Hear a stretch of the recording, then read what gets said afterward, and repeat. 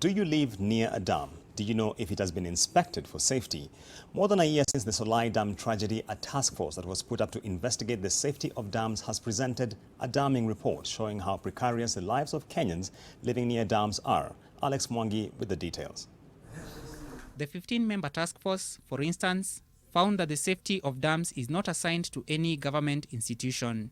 Besides the provision of little to non-existent disaster preparedness lessons for residents within the vicinity of dams. Consider this finding when it comes to Ndakaine Dam, which supplies the bulk of Nairobi's water needs. But basically one thing that we found is that there's rare monitoring and inspection of this dam.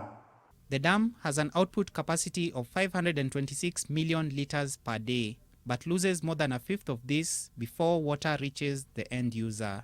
120 million litres of water per day can actually water the entire water needs of Machakos and Kitui.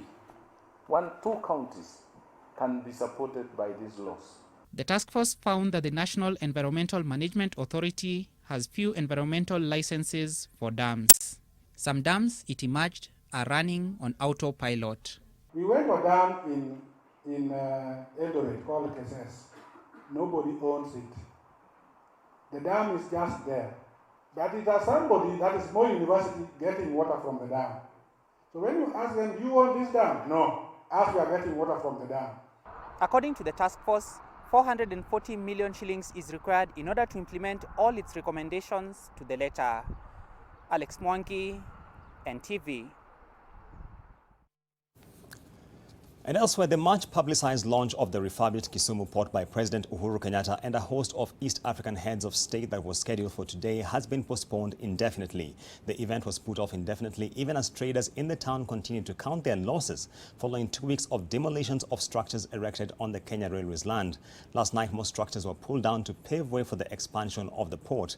The 3 billion shilling project is expected to spur economic growth in the lakeside city of Kisumu and make it a regional hub.